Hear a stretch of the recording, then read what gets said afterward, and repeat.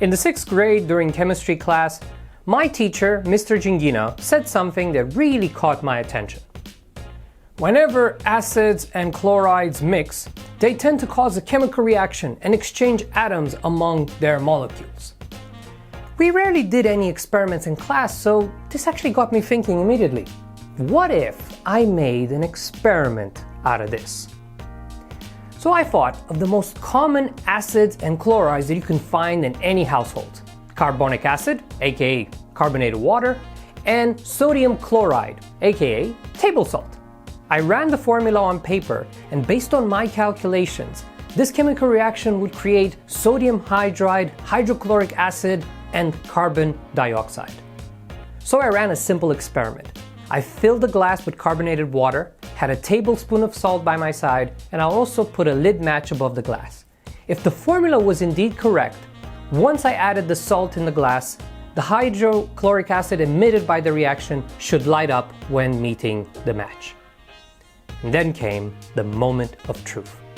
I put the salt inside the glass, everything started sizzling, but I couldn't see any flame above the glass. Something was fishy, but I couldn't quite put my finger on it. The next day during chemistry class, I decided to raise my hand and ask the teacher to come in front of the class and present my hypothesis. I showed the formula, I talked about the experiment I set up, and even shared my disappointment of the fact that I didn't see a flame at the end of the experiment. The teacher looked at me with a bit of a frown on his face and said, "Look, while indeed yesterday I told you that acids and chlorides cause chemical reaction, unfortunately carbonic acid isn't one of them. Plus, it's very unstable. Indeed, you had a pretty good hunch, and the formula does seem logical, but unfortunately, it is not correct." My eyes went from facing the teacher to facing the floor. I started walking back to my desk. "But," the teacher said all of a sudden, "you've gone out of your way not only to do the formula by yourself, but you actually wanted to test it in a real-life experiment. That, in and of itself, is a huge thing. That's what science is all about. So congratulations, today you get an A." I couldn't believe what just happened. It felt surreal. And as I was walking back to the desk, I felt incredibly happy. But for the rest of the day, I kept thinking, why? Why did I get an A? I failed.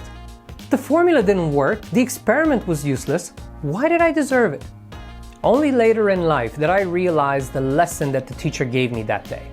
Learning isn't all about the result. It's very much also about the process. Learning isn't supposed to turn you into an automaton who memorizes instruction and just does what it is told. Learning is about becoming an independent thinker, a scientist of sorts, who uses all the knowledge available to form a hypothesis, test it, and learn from the results of the experiment. In fact, in all of science, most studies and experiments fail to prove the initial hypothesis.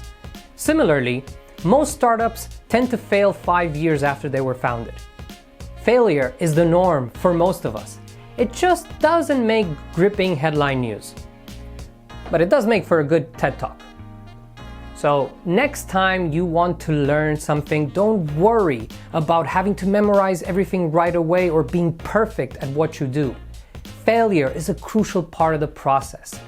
It is in our failed experiments where we truly learn, where we truly innovate, and where we all become scientists.